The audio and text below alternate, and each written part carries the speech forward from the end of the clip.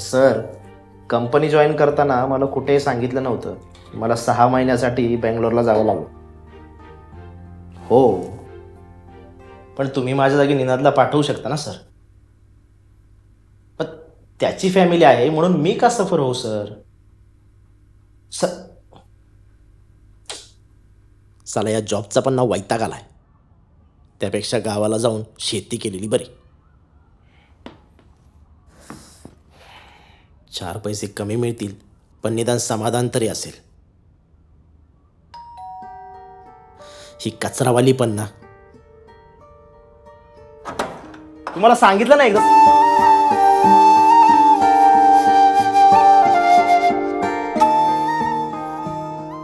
आपण कोण? सर, मी लहान मुलांसाठी काही पुस्तकं घेऊन आले, बघा ना. हे ना ज्युनियर सिनियर केजीच्या मुलांसाठी खूप छान छान पुस्तक आहेत माझ्याकडे. नाही, मला आता काही नकोय, तुम्ही या प्लीज. अहो सर, हे बघा ना, एबीसीडीचं पुस्तक आहे ना, खूप रंगबिरंगी आहे आणि हे ना मुलांना खूप आवडतात. हे मार्केटमध्ये खूप महाग आहे सर. मी तुम्हाला ना 10 पुस्तके 200 रुपयामध्ये देते, घ्या ना सर. माझ्या घरी कोणीही लहान मूल नाही, तुम्ही या आता. सर, तुमच्या घरी नसतील पण तुमच्या भावाला बहिणीला कोणाला तरी मुलं असेलच ना, त्यांच्यासाठी तरी घ्या. माझे बहीण भाऊ गावी असतात. मग आत्ता घेऊन ठेवा आणि गावी जाताना घेऊन जा. माझा भाऊ त्याच्या मुलांना स्वतः पुस्तकं घेऊन येतो. ओके, आता या तुम्ही. सर, मग एक काम करा ना, भावाच्या मुलाला घेऊन ठेवा पुस्तकं, त्यांना खूप आवडतील, त्यांचा अभ्यासही होईल. आणि हे बघा ना, गोष्टीत सुद्धा पुस्तक आहेत माझ्याकडे सगळे. तुम्हाला एकदा सांगितलं कळत नाही का हो? मी म्हंटल ना मला नको ही पुस्तकं.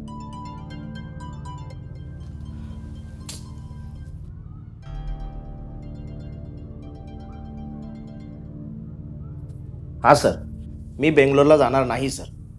सर, मी तुम्हाला प्लीज म्हणतोय सर, तुम्ही निनादला पाठवू शकता ना. ठीक आहे सर, मला 30% इन्क्रीमेंट द्या, मग मी जातो. काय 10%? नाही जमणार सर. मी तुम्हाला पुन्हा एकदा सांगतो, तुम्हाला हवं तर तुम्ही मला कामावरून काढून टाका.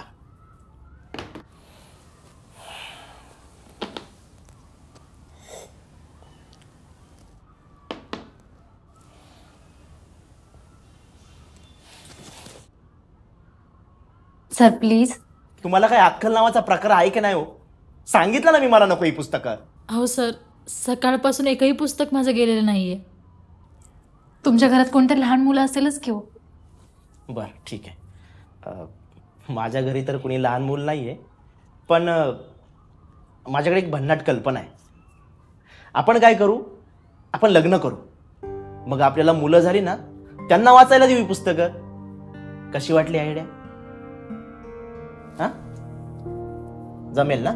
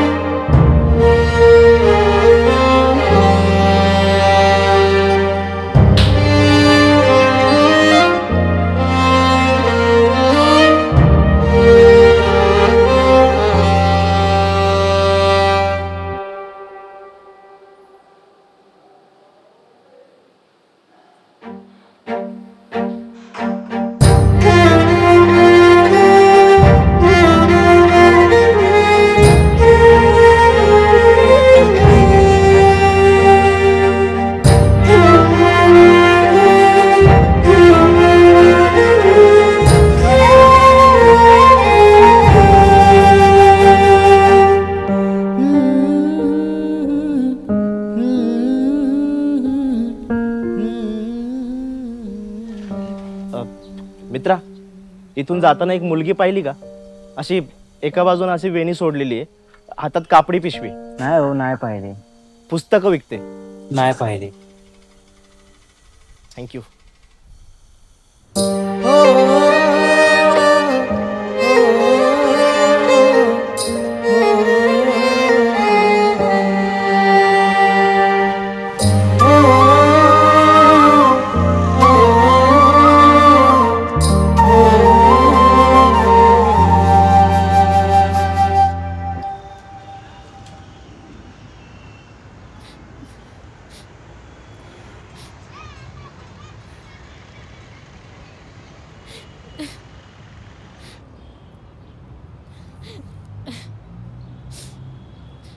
इथं येऊन थांबलात? अहो कुठे कुठे शोधलं मी तुम्हाला.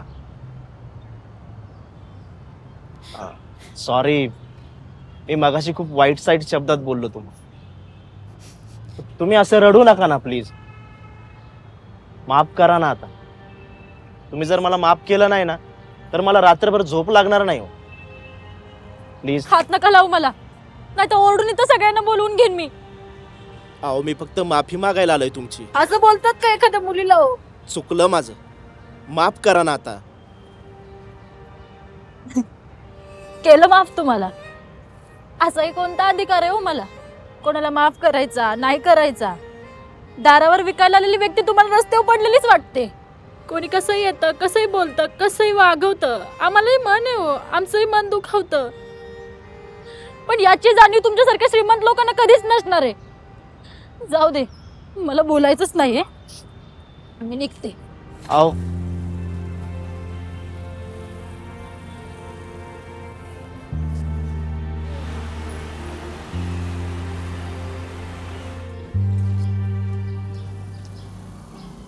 मॅडम,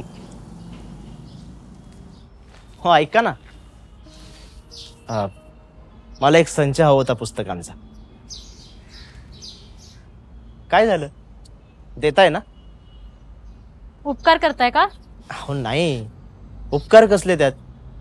मगाशी तुम्ही मला पुस्तकांचं महत्त्व पटवून देत होतात, तेव्हा माझा नेमका फोन सुरू होता, त्यामुळे माझी चिडचिड झाली. पुढच्या आठवड्यात मी गावी जाणार आहे, तेव्हा मी माझ्या पुतण्यांना एक संच देईल म्हणतो.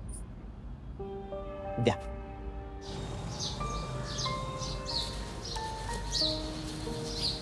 घ्या.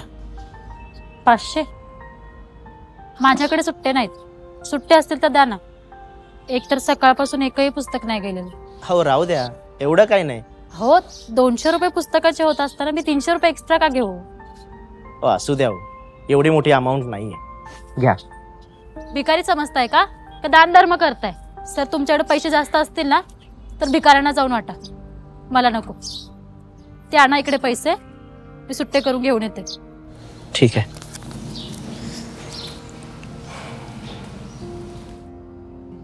ताई 500 रुपये सुट्टे द्या ना.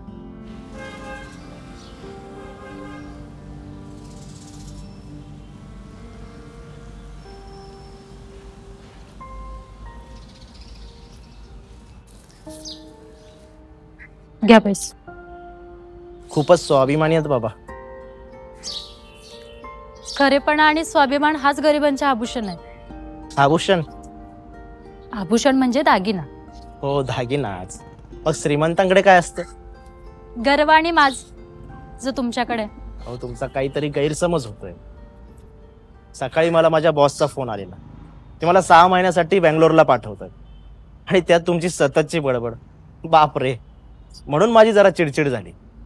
अहो, एखादी चांगली गोष्ट सांगायला गेलं ना तर लोकांना ती कधीच पटत नाही, म्हणून आम्हाला सतत बडबड करावी लागते, तरच त्यांना ती पटते. एकतर आमची कंपनी ह्या मार्केटिंगमध्ये जास्त पैसे इन्व्हेस्टच नाही करत आणि आमच्यासारख्या लोकांना फक्त 50%च पार्टनर करते. हे जर पुस्तक मी तुम्हाला 200ला विकलं ना सर, त्यातले मला फक्त 100 रुपयेच राहतात. छान बोलता तुम्ही. एक रिक्वेस्ट करू का? आपण चहा नाही तर कॉफी घेऊयात का? तसंही तुम्ही सकाळी घरातून लवकर बाहेर पडला असाल, भूक लागली असेल. अशा अनोळखी माणसांसोबत मी कॉफी कशी घेऊ? माझ्यासोबत ओळख करा ना. मी योगेश जाधव फ्रॉम पंढरपूर. पंढरपूरच्या माणसांवर विश्वास ठेवायला काय हरकत नाही. अहो डोळे झाकून विश्वास ठेवा. पंढरपूरची माणसं फसवत नाही आणि त्यांच्या डोळ्यातच खरेपणा असतो. मग बाकीच्यांच्या डोळ्यात नसतो का खरेपणा? असतो, पण खात्री जरा कमीच. चला. इथे कुठं कॉफी शॉप नाहीयेत, आपण एक काम करू, गांधीनगरला जाऊ. अरे हो, पण मला खूप लेट झालाय, निघते मी. ऐका ना, आपण माझ्या घरी जाऊयात का? मी छान कॉफी बनवतो. तुमच्या घरी नको. हो घाबरू नका, पंढरपूरची माणसं विश्वास तोडत नाही. तसं भीतीचं कारण काही नाहीये. माझ्या पिशवीत तसं चाकू आणि लाल तिखट आहे. बापरे, तसं चाकू आणि मिरची पावडरची तुम्हाला काही गरज नाही. तुमची धारदार जीभच पुरेशी आहे. पंढरपूरची माणसं असे विनोद करायला पण पुढे असतात वाटतं. हो, पण माझा स्कोर थोडा कमी. चला.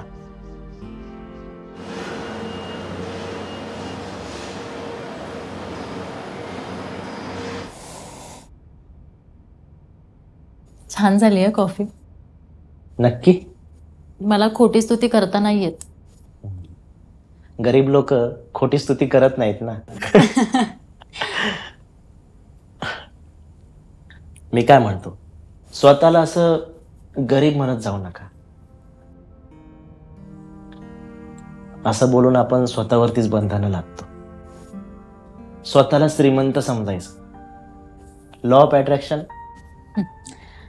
स्वतःला किती जरी श्रीमंत समजलं ना सर, तर परिस्थिती कुठं बदलते. 2 वेळच्या जेवणाचा प्रश्न हा सोडवावाच लागतो. लॉ ऑफ अट्रॅक्शनने परिस्थिती बदलते. एकदा प्रयत्न तर करून पहा. तुम्ही म्हणताय तर नक्की प्रयत्न करेन.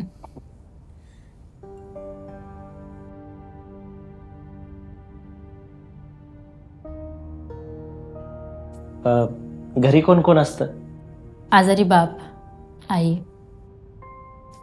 आई धुणंभांडे करते. घर खर्च, लहानांच्या दवाखान्याचा खर्च, खूप खर्च होतो. अजिबात भागत नाही. आणि रोज माझी पुस्तकं विकली जातात असंही नाही. कधी कधी मला रिकाम्या हाताने सुद्धा घरी जावं लागतं. निघते मी. पहिल्यांदाच भेट झाली आपली आणि मी माझ्या कर्मकथा सांगत बसली. निघते मी. ऐका ना, उद्या पुन्हा भेटा. कशाला? तुमच्या कर्मकथा सांगायला. अजिबात नाही हं. मला कथा कादंबऱ्या वाचायला खूप आवडतात. माझ्यासाठी घेऊन याल का प्लीज? मी कादंबऱ्या नाही विकत हो. माझ्यासाठी आणा ना प्लीज. मला चांगली पुस्तकं कळत नाही, चांगली माणसं कळतात. बरं, बघते मी.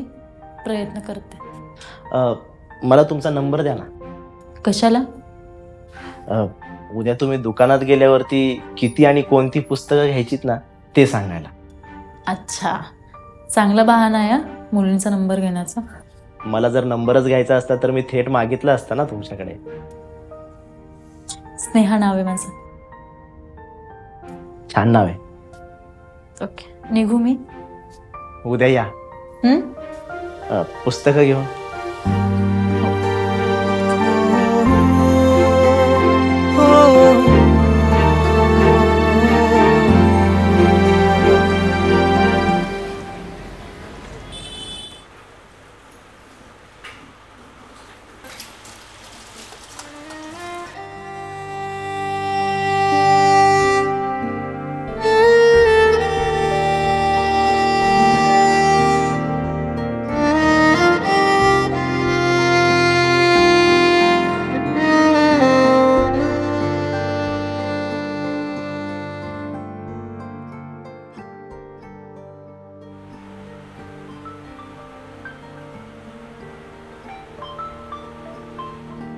कोणाचा फोन आलाय बघ ग?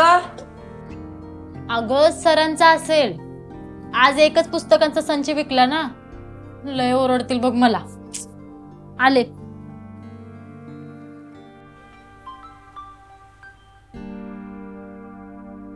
कोणाचा आहे ग? सरांचा आहे. हा सर. हॅलो. हो, आज एकच पुस्तकाचा संच विकला. उद्या किमान 5 तरी संच विकेन सर. घरी आहात का? काही बोलायचं होतं का? मी फक्त हेच विचारायला फोन केला होता की उद्या किती वाजता येणार आहे. मला थोडं बाहेर जायचं होतं म्हणून. हो सर, मी सकाळीच बाहेर पडेन. पोचेन 10 पर्यंत. बरं, ठीक आहे, मी वाट बघतो. हो सर, ठेवते.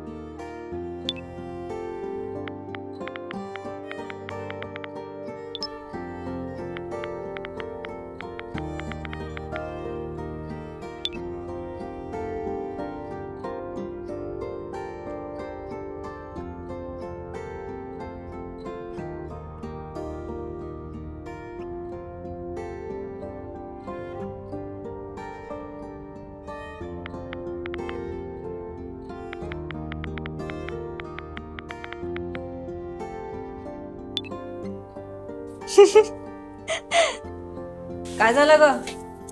काही नाही आई. जेवायला ताट घे. हो.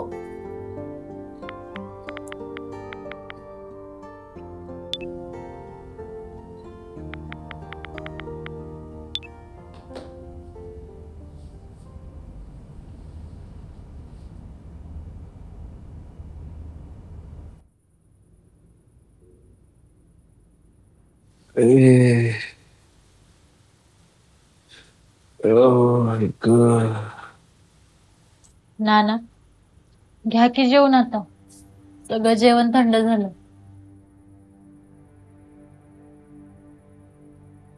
काय झालं नाना? आता मला मरायचंय. असं वाईट वंगाळ बोलायचं नसतंय. तुम्ही लवकर बरे व्हाल. आता कशाचं बरं होतोय मी. मेंदूत गाठी झाल्यात माझ्या. कधी बरं वाटतंय तर कधी लय दुखतंय. असलं जगण्यापेक्षा मेलेलं बरं. आता जेवताना तरी वाईट वंगाळ बोलू नका. आम्हाला तरी 2 घास सुखाने खाऊ द्या ना. दिवसभर बाहेर मर मर मरायचं आणि घरी आलं की हे असलं. तुम्हाला मरायचं तेव्हा मरा, पण आता गपगुमान गिळा. ए आई, असलं काय बोलतेस ग? मग कसं बोलू?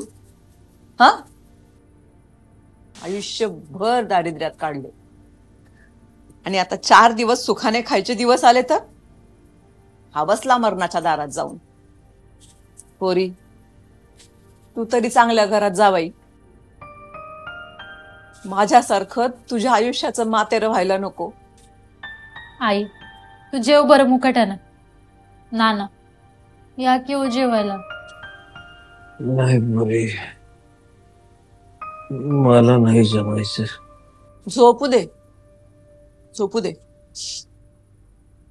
हा ने तुझ्याकरता स्थळ बघितलंय मी. सुट्टी टाक परवा. अगं आई, पोरगा पोलीस खात्यात आहे, सरकारी नोकरी चांगली. अजिबात एक शब्द पण बोलायचा नाही.